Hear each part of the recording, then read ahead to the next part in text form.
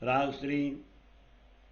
साठ जी जागिए सुन के शब्द आखर, सकला उदांग साज के दौड़ मिलिए धनी निज घर।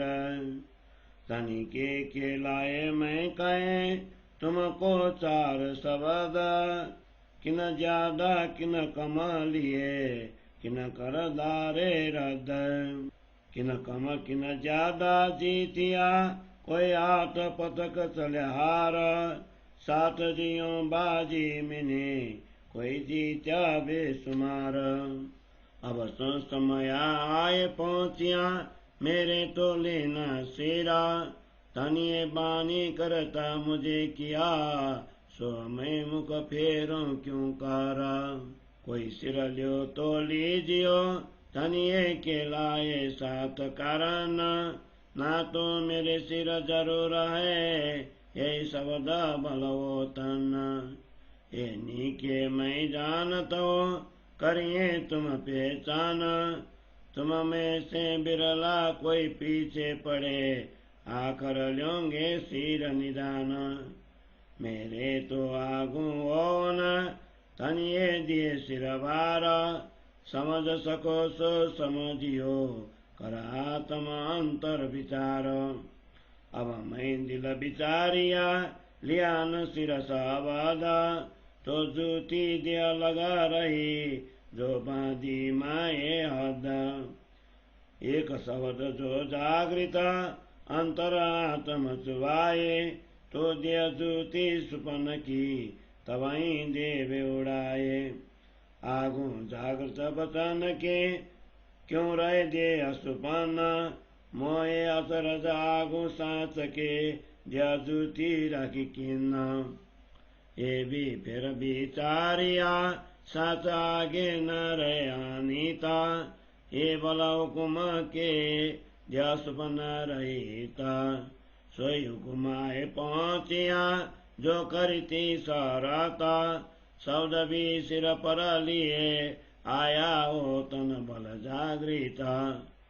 अब हुकुम दनीय के सब विद दय पहुँचाए, चेत सको सो चेतियो लीजो आत्म जगाए। अब भली बुरी न दुनिया की ए जिन ले चित ल्याए, सुरत पक्की करो धाम की पर आत्म धनी मिलाए। दुख सुख तारो आग में ये जो जुति माया के, पिंड न देखो ब्रह्मांड राखो धाम धनी सुरत जे। कोई देत कसाला तुमको तुम बला चाहियो तीन, शरद धाम की न छोड़ियो सुरत पीछे फिराओ जीना। जो कोई वो वे ब्रह्म सृष्टि का जो लीजो वचन ये मान, अपने पोरे जागिए समया पहुँचान। सोता होए सो जागियो जागा सो बैठा होए, बैठा ठाड़े होइयो ठाड़ा पाँव बरे आगे सोए। यूं तैयारी कीजिए आगू करनी है दौड़ा, सवांग सकले के निकस ब्रह्मांड फोड़ा। मामत कहे मेरे साथ जी लीजो आकर के बचन, हुकुम शरत पहुंची दया कछु अंग अपनी करो रोशन, कछु अंग अपनी करो रोशन।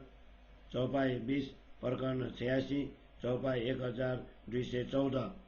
बोलो श्री प्राणनाथ प्यारे की जय। श्री कीर्तन ग्रंथ को 86 प्रकरण को हिंदी सरलार्थ। हे सुंदर सार जी, अंतिम समय के इन वचनों को सुनकर जागृत हो जाओ। प्रेम, दया, क्षमा, शील, संतोष रूपी अस्त्र शस्त्रों से सजकर प्रियतम धनी से मिलने के लिए धाम परम धाम की ओर दौड़ लगाओ। सदगुरु धनी की आज्ञा से ही मैंने तुम्हें आत्मा जागृति की 2-4 वचन कहे हैं। इनमें से किसी सुंदर साथ ने अधिक ग्रहण किया, किसी ने कम तथा किसी ने इन्हें ठुकरा दिया। हे सुंदर साथ जी, इस संसार रूपी नाटक में किन्हीं लोगों ने थोड़ी विजय प्राप्त की है तो किन्होंने अधिक कई लोग पराजित होकर हाथ पटकते हुए चले गए। कई महापुरुषों ने तो इस खेल में अत्यधिक सफलता प्राप्त की है।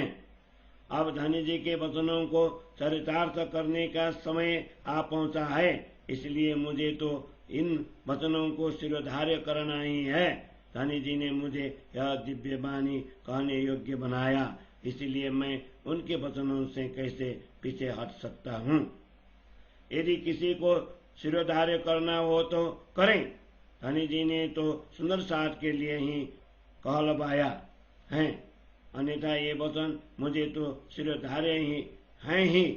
यही वचन परम धाम जाने के लिए शक्ति देते हैं। मैं भली भांति जानता हूँ कि तुम्हें स्वयं को पहुंचाना है, इसलिए तुमने से कोई बिरला ही पीछे रहेगा। अंत में तो सभी को स्वीकार करना ही पड़ेगा।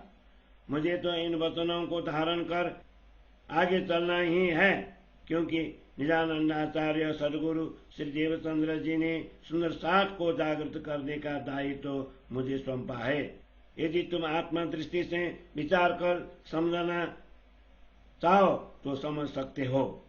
अब मैं अपने हृदय से स्वीकार करता हूँ कि सदगुरु के सानिध्य में मैंने उनके वचनों को शिरोधार्य नहीं किया, तभी मेरा आत्मा इस द्वितीय देह में बंध कर संसार में ही रह गई। जागृत आत्मा का एक शब्द भी यदि अंतर आत्मा में चुभ जाए तो यह स्वप्न की द्वितीय देह तत्काल छूट जाएंगी। जागृत वचनों के आगे यह झूठा शरीर कैसे टिक पाएगा। आश्चर्य की बात है कि सत्य आत्मज्ञान के आगे इन झूठे स्वप्नभर शरीर को किसी ने टिकाया रखा है। मैंने पुनः यह भी विचार किया कि सत्य के आगे अनित्य वस्तु नहीं टिकती, किंतु धनी की आज्ञा से यह स्वप्न की यह यथावत टिकी हुई है। अब धामधनी की आज्ञा अनुसार आत्मा जागृति का वो समय आ पहुंचा है जिसके लिए हम सभी ने परम धाम में निश्चित किया था। इसलिए मैंने धनी की आज्ञा शिरोधार्य की है। अब मुझ में परम धाम की जागृत बुद्धि आ गई है। अब सदगुरु की आज्ञा अनुसार मैंने यह ज्ञान सब सुंदर साथ तक पहुंचा दिया है। इसलिए इन वचनों पर विचार कर सचेत हो जाओ तथा अपनी आत्मा को जागृत करो। अब संसार की भली बुरी अपने मन में मत रखो। अपनी सुरता को परम धाम में स्थिर कर आत्मा परमात्मा को धनी के साथ मिला दो। इस मायावी संसार के झूठे सुख दुखों को धाम धनी के विराग्नि में जला दो। झूठे संसार और शरीर को चिंता किए बिना अपनी सुरता को धाम धनी के चरण कमल में पहुंचा दो।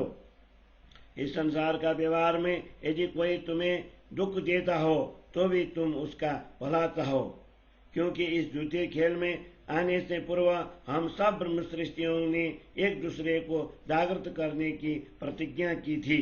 उसे मत भूलो और अपनी सुरता को परम धाम से पीछे मत हटाओ।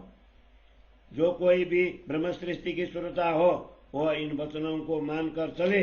अब जागृत होने का समय आ पहुंचा है, इसलिए अपने ही समय में जागृत हो जाओ।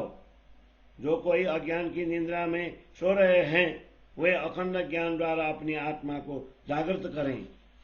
जिन्होंने अपनी आत्मा को जागृत किया है वे बैठकर धनी जी का चिंतन करें। जो बैठे हुए हैं वे खड़े हो जाए तथा जो खड़े हुए हैं वे आगे जाने के लिए पांव बढ़ाएं।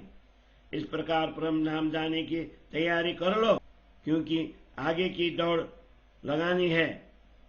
सर्वप्रथम अपने अंग अंग में धनी जी के प्रेम को प्रकट करो तथा पूरे ब्रह्मांड को भेद कर आगे निकलो। महामंत्री कहते हैं, हे मेरे सुंदर साथ जी, अंतिम समय के इन वचनों को ग्रहण करो। धनी जी की आज्ञा अनुसार जागृत होने का समय आ पहुंचा है। धनी जी की कृपा भी उतर आई है। अब अपने हृदय में अखंड ज्ञान का प्रकाश भर दो। महामंत्री कहते हैं, हे मेरे सुंदर साथ जी, अंतिम समय के इन वचनों को ग्रहण करो।